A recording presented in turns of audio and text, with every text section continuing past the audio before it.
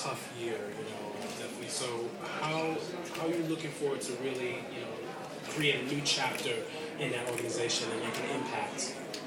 Thank you for saying congratulations. But first of all, like Kentucky, we went in with a new group of guys, and I know this is a different level. But basically, I just got to go in and show those guys I'm willing to work, listen as much as I can, and try to be a leader. That's the key: is be a leader and try to help them win games. What lessons can you learn from your Kentucky experience that'll help you with the Wizards?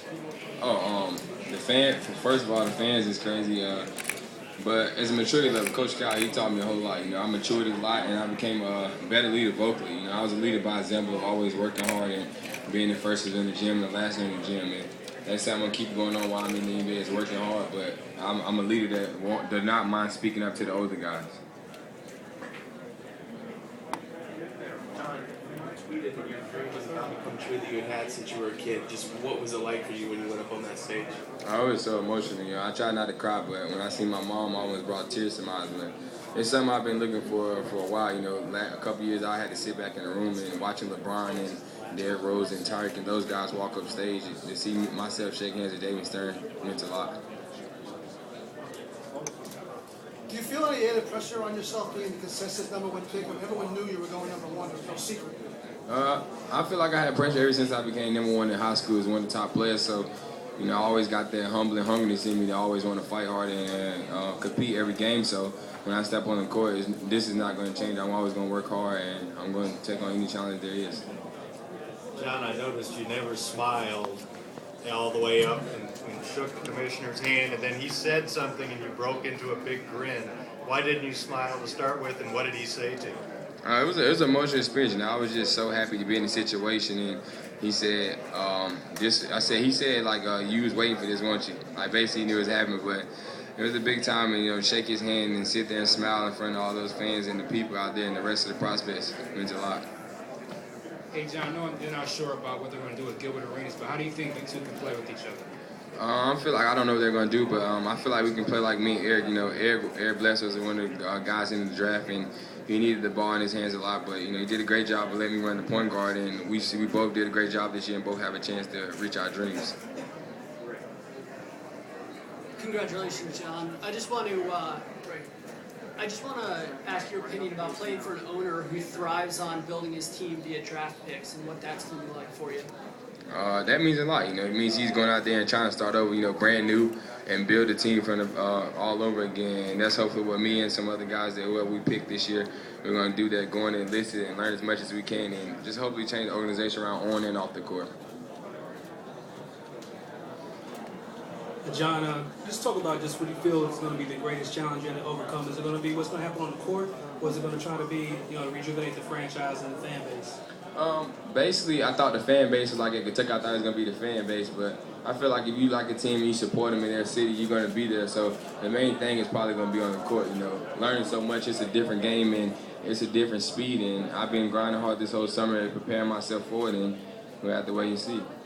All right, John Lloyd, Carroll, Queens Chronicle. There's a certain basketball-obsessed fan who lives at 1600 Pennsylvania Avenue in Washington. You hoping that he'll invite you to a couple of pickup games? Yeah, I'm trying to invite him to a couple. When he talked to him against South Carolina, I asked him to play one-on-one a horse, and he denied it, so I'm going to try to ask him again. So you guys have spoken? We haven't spoken since then, but he had talked to my whole Kentucky team when we was about to play South Carolina. Okay. John, now that you're officially a Wizard, you can no longer wear number 11. That's been retired by Elvin Hayes. I think people want to know what number they're going to have on their John Wall Wizard jerseys. I don't know yet. I'm sitting down with my team and my family and them and try to decide. John, your defense is very underrated. So talk about how you're looking to even increase that and be a possible perennial all-defensive team member. Basically, just working hard. Working on my footwork and being more giving 100% of the defense end and not just giving 100% of the offense end. That's the key with my jump shot too. Just being more consistent and confident with it. And that's one of the two things I feel like I should work on a lot was the jump shot and my defense. And that's what I'm gonna try to show people that I can play and I can knock down the shot. You hugged your mother. It was a very emotional moment. Talk about the impact she's had. Especially today on a day like this. Oh, it's so I can't even words can't even explain right now. Growing up, I lived in a tough neighborhood, getting in trouble in school, especially when my dad passed. So seeing my mom to take me to school and pick me up in the afternoon, that was it. So as a kid, at 10, 11 years old, you want to see your family and spend time. I didn't really have it, so I was taking my anger out on people, and she was the first lady that sat down and told me, you don't change your attitude, you'll never be nothing. So for her to be in this situation means a whole lot to me, and I love her to death. Now, when you were a sophomore in high school, you were cut from your high school team. Was this moment ever in doubt for you? No, never in doubt, you know. Luckily, I watched the Michael Jordan tape, and he got cut. So I use it as motivation. If the greatest player can get cut, it's not too bad for me to get cut. John, can you just talk a little bit about how you think you're going to fit into the Wizards' offensive system, just kind of pick and roll oriented? I feel good, you know. I feel like I can play off the pick and roll very well, you know.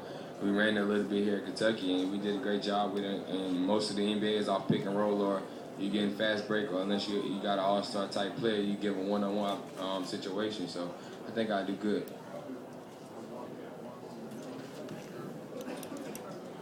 John, how productive do you think you can be right away in that first season?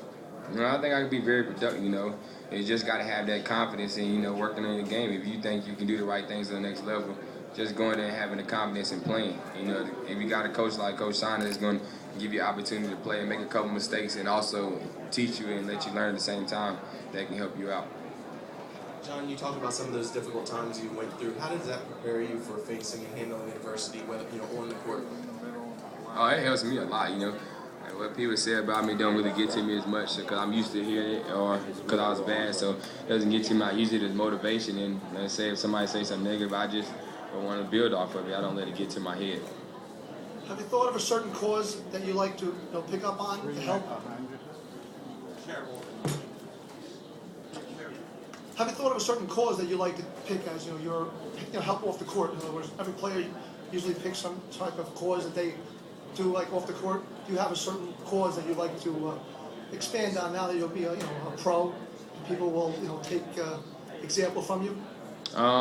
Basically, you talking about like getting back to the community or anything? Yeah, that's the main thing. I love kids, so I wouldn't mind, having a little camp or anything, or being able to go to the YMCA and talk to kids. You know, we did NBA Kid the other day, and it meant a lot to me to see the little kids going crazy just by seeing us and other prospects. That's how I wish I would have had a chance to see NBA guys at that age. John, Steve Kyler, Hoops World. First of all, congratulations being the #1 pick. Last year was not a good year for Washington. A lot of things went bad. How important is it for you to come in and set a new culture and a new tone? That's key, but NBA is a tough level. Everybody's all good on that level, so I can't get frustrated or down if we're not winning that many games or you go on an 0-10 losing streak. Just gotta stay confident and trusting in your teammates. And on that level, it's a different level than like high school or college. You might lose a couple of games in a row, so just stick together and keep your team together. John, you might go back out there and watch 4 of your teammates get drafted in the first round. What does that mean to you on the program that you guys could have 5 potential first rounders? Oh, that's gonna mean a lot, Hopefully, I want everybody to get picked high. Once I met Eric and Daniel going into there, I really told them, we have a good year and y'all play just okay. You don't have to play to your greatest ability every night, but you play okay, you have a chance to reach your dream. And tonight is the night that hopefully all of us can reach our dream in the first round. And I wish the best of luck for the rest of my teammates. Washington General Manager Ernie Grunfeld's from my neighborhood, and he's also a former first-round pick himself. Did he talk to you at heart about what to expect of life in the NBA, kind of do's and don'ts, and what you guys have a heart-to-heart at all?